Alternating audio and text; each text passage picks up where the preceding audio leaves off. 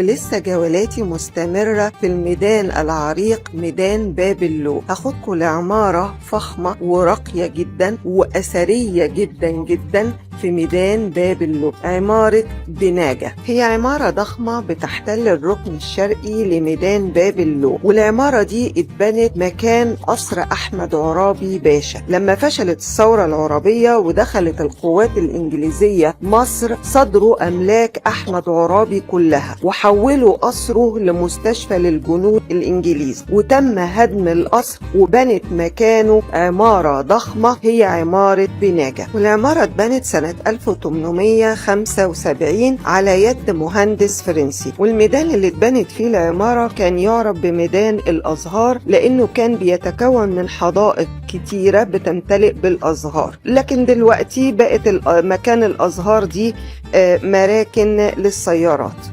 والميدان دلوقتي يعرف بميدان باب اللوق أو ميدان الفلكي، ويعتبر حي باب اللوق بوسط القاهرة من أشهر وأعرق الأماكن التاريخية بالقاهرة.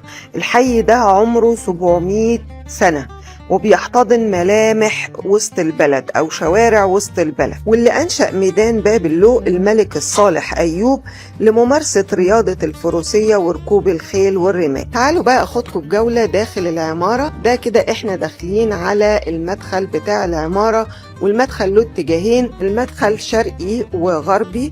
والعمارة بتتكون من 3 طوابق غير الدور الأرض. والعمارة بتقع في وسط الميدان، وبيتفرع من الميدان شوارع كتيرة زي شارع الفلكي وشارع شريف وشارع سليمان باشا وشارع نبار وشارع رشدي.